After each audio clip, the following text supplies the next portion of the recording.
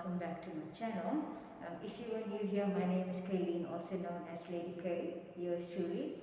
And for those that are wondering why this mask, I've got a little bit of a rash type thing that I developed here. It's not big, it's just like small, but I can't deal. And I can't wait any longer to shoot because video content has to go out. So yeah, I just hope this will be a bit of a distraction, but I kind of like this look. Yeah. Anyway, and for today's video, I done a very special interview with these people from Bring K-pop to Africa campaign. They are heading up this campaign here, and I just wanted to know why this campaign, what gave you the idea, what sparked the interest in creating so much awareness around bringing K-pop to Africa. I'm sure it's been a lot on our minds that we really want to see them perform here, and trying different ways and means to get the message out there. But I've seen, and I'm sure many of you have seen things circulating on social media about your surveys that you can complete and sharing what K-pop means to you and a few other things as well that they are heading up. And I'll be sharing a little bit about the interview with you guys. But before we get into that, I received a mystery gift package from Camilla.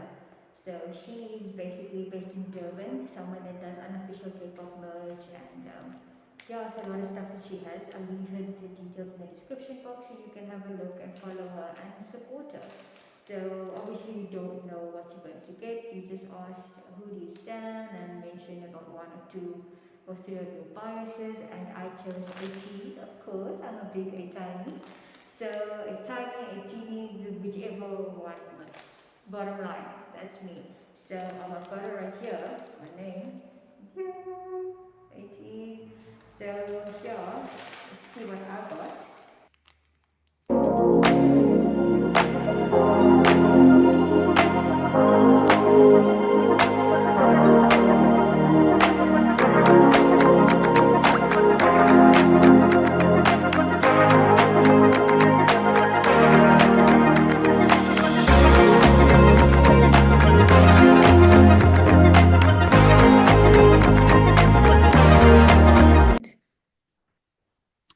Okay, so during COVID, I feel like a lot of people became K-pop fans during COVID, and I was one of them. So it was August, September, I think. And I was sitting with one of my friends, and she told me, "Hey, I have this music video, performance video, actually, that I'd like to show you." And we actually have very different tastes in music, so I was like, okay, I'm not like expecting to like it or anything like that. But then she showed me the BTS Dynamite performance. I don't remember which one it is, but it was one of the performances where they had this really gorgeous set. And yeah, I watched that video for the first time and I was like, hold on, what is this? Like, what genre of music is Okay, this cool. that I have not come across in all of the years that I have been on this earth? So we played it again, and then we played other Dynamite performances. And then when I got home, I started looking them up on YouTube. And the first video that I came across was Mic Drop. And I completely fell in love with J-Hope because his dancing in Mic Drop is just amazing. Yeah, and then ever since then, I pretty much loved BTS. I watched all of their videos, their Run BTS. I downloaded Weverse and VLive, and I purchased all of those. What is their traveling show? What is it called again? I can't get to it now, but I know they've got just that one huge one that they really go along with. Yeah, so where they travel to like different countries and whatnot. And all of their performances during COVID, the ones that were online, I watched all of those. And then over time, I slowly got into other groups like ATs and TXT and Stray Kids and who else? Yeah, that's pretty much it. Yeah. Um, Girl groups, I've never really gotten into, Mm. but I do like the occasional song here and there. But Oh, my love is mostly boy groups. Yeah, oh, pretty much. nice. So, who is out of all of the different groups? You probably sound like you are like you multi-standing a whole lot of groups. But who is your ultimate favorite group, and who is your bias, excluding 80s PS? Oh no. Oh, Okay. you can mention them. It's just they are my ultimate group. Yeah. So, okay, to be honest, my ultimate group is BTS. And the reason why I've gotten into a lot of other groups is because they are currently gone, right? Yeah. But my ultimate bias is Yoongi. I love Yoongi so much. Like Oh, he's my future husband. Like it has to happen. In if my head, we are you do already not tell married. her. Oh, I good. even have a Yoongi blanket. And when he Oh, left for the military, I remember just like wrapping myself in my Yoongi blanket and just like sitting oh, there so sad. But yeah, yes, Yoongi is my ultimate. I love his smile. I love everything about him. He's so adorable. yeah. He's so good at what he does. He's so funny unintentionally. And yeah, he's just really great. And yeah, one day we are going to get married, pretty Oh, much. well, I will be there. Elsie, please, please do not forget me at that Thank moment. you. I will, Thank you. I'll come with a whole A0 piece of paper just to get a whole lot of autographs. Be like, "Look, before you say I do, just let me, quickly get this sorted out." Pictures, with vlogs, pictures there, then you I can, got you. It's perfect. actually funny. When Yoongi was going to the military, I was actually in Korea, but I wanted to like be one of it because they send out the notice and they're like, please don't show up to Yeah. the send off because it's private and whatnot. And like I was so close. I was so close to going, but I was like, you know what? Let me respect Yoongi's privacy.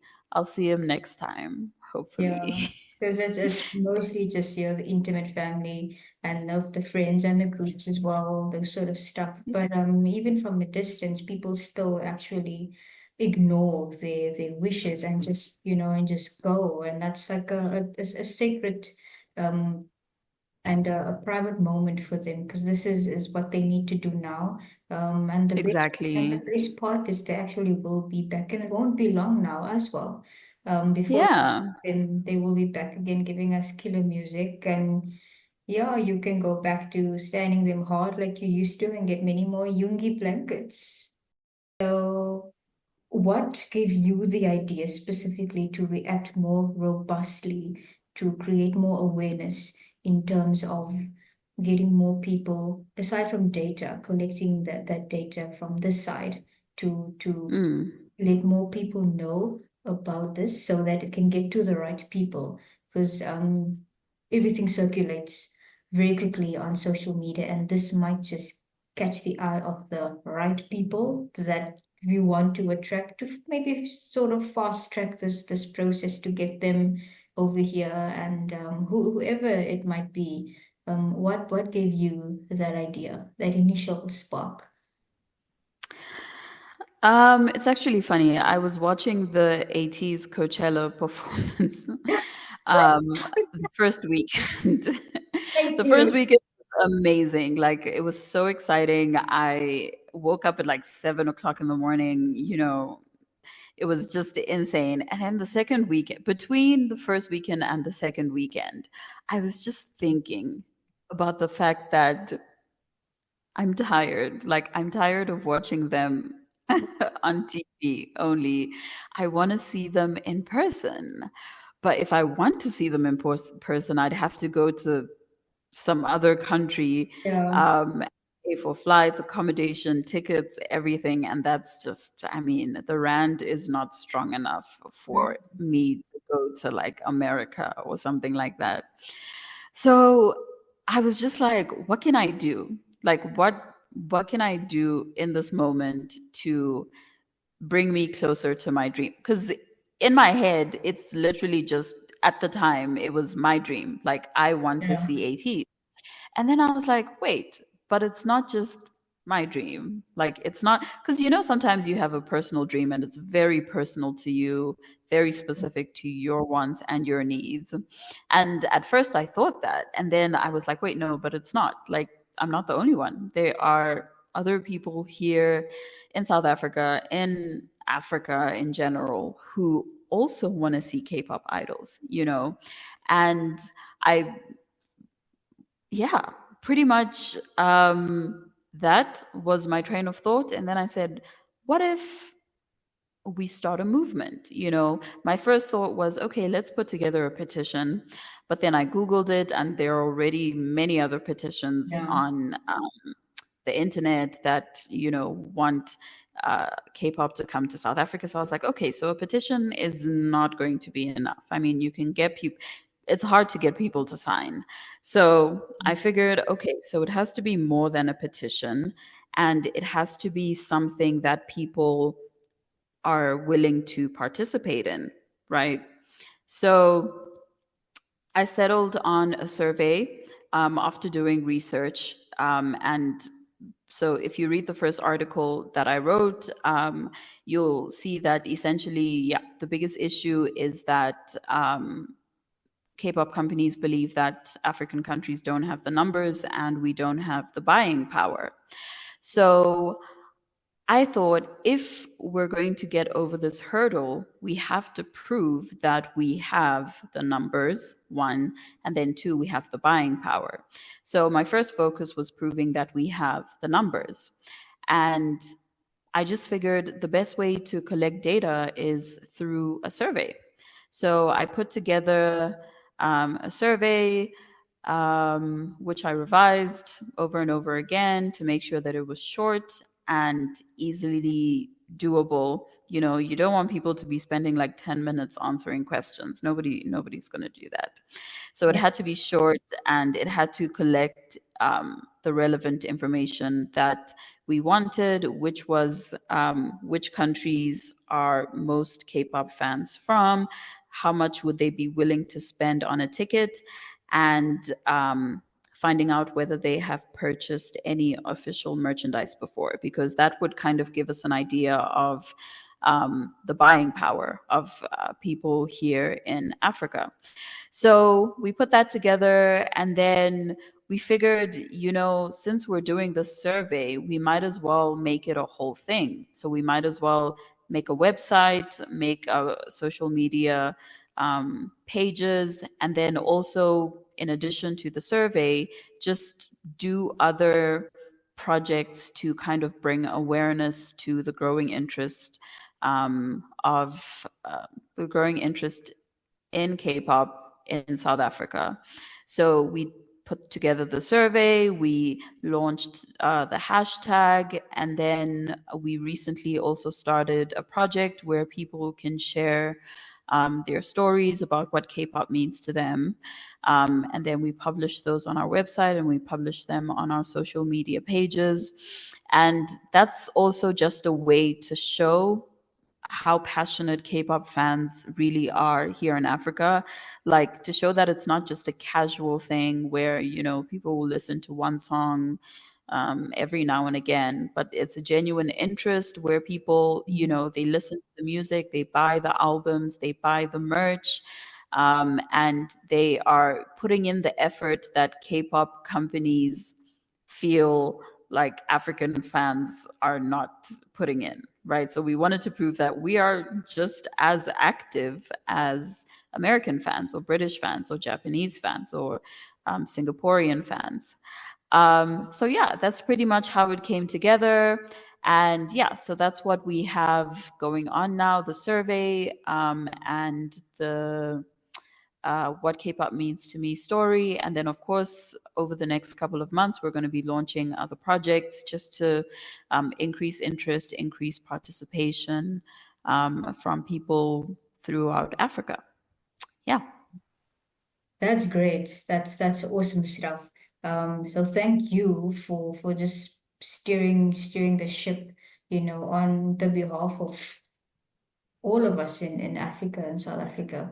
I think that it would just take one person, and I'm pretty sure that these efforts will not go, will not be in vain at all. Because as I mentioned to you a while ago, Lincoln Park as well. Like, who would have thought there are new metal fans in South Africa or Africa? Who would have thought? Right? Yeah. Them to come here.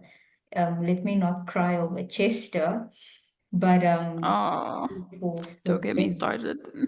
Man, I know every song of every album. That's how bad it is. But to get them here in Johannesburg and Cape Town, that in and of itself shows you that we do have the resources. We are able to accommodate, you know, um, Hmm. whichever artist it is. It may not look like it because when you Google things, then you have a look and you're like, oh, this and this and this. But if you talk to someone and say, you know, we are ready. What's happening? Who can we? We've got the people, we've got the resources, we've got it all. We just need to get over this hurdle, as you mentioned earlier, and then who knows, 2025, 2027, this actually might become a reality. So yeah, fingers crossed for that. Well, it could be sooner than that. Fingers Man, crossed. If everything that we're planning goes according to plan, then it could be much, much sooner than that. if you had the budget to bring whichever a group it is, which one would it be? Or maybe you can mention two or three at most. Who would you be selecting to come over here? Hmm. And it's just at random, obviously. We're not wanting anyone to say, no, but why don't you pick this one? Why don't you? This is just solely you, hypothetically speaking, in some world, you know, who would that be? Hmm. Um, No I pressure. think This is just casual. Casual, that is all. honestly, I would say BTS because if we had our first official K-pop concert in South Africa, right? We want to prove that people are going to show up, they're going to buy the tickets, they're going to come from neighboring countries, and they're going to attend the concert. I would go for BTS because one, it's got the biggest fan base in Yes, South true. Africa and Africa generally. And that would just, I feel like that would propel Africa into like the spotlight, to show that there are actually people and the people will fully show up. So, yeah, I would go for BTS. I feel like it's a good way to prove that the people are there, and then once we've proved that the people are there, that we have the 20,000, 30,000 fans that are needed to fill up a concert, then it just opens the gateway for every every other group to come, pretty much. So Yeah. BTS, Blackpink is also really Yes, popular, one yes. of the most popular groups. It's true, yeah. So yes, solely on the basis of proving that we have the numbers, I would choose either Blackpink or BTS. Good choices. Very, very good choices, especially with the BTS, the biggest fandom. Biggest, I would Yeah. say, it's definitely the BTS family on the side. They would be so shocked at this, and the fact that, if that ever were to materialize, I think the rest will just follow soon, very Yes. quickly. It just needs that one, because if no one comes forward, then it'll be like, no, we're not sure. But it always has to be that one to take it a step further and say, okay, we will do this. We will give them a chance. We will attempt this, and we'll see how it goes. And the rest will be like, why not? You know, get the tour dates, Exactly. include Africa in your world tours. for future comebacks and those sort of stuff. So yeah, that would be really, really something to look forward to in the near future. Forget 2027, let's talk about the Yeah, future. that's too far. Yeah, I'm just, trying to not make it sound too in a hurry that we want them to like perform like next year, January, or whenever is the best time for them to perform, or do their tours, or whichever scenario, or wherever they find themselves in whichever setting, basically knowing that they still need to be complete before they can still continue with other projects and consider tours after getting back together and being one whole BTS to come over here to perform for us, which will be a dream come true. I'll be getting the most expensive camera on this planet, Yes. get them in 6K, if it's even 10K, if it's even possible, visuals, good grief. So, what are the other attempts or other plans that you have to further create awareness, aside from the survey that you have? Okay. So those are still, we're still figuring those out. We're still putting together our plans, but we've actually started collaborating. It's actually really amazing. I mean, ever since we launched, we've received a lot of communication and requests and letters of interest from other groups, whether they are fandom groups or in South Africa and outside of South Africa. Okay. And yeah, so we are talking to different people about how we can raise awareness in our country, South Africa, as well as their countries. So we've got Nigeria, Ghana. Who else are we talking to?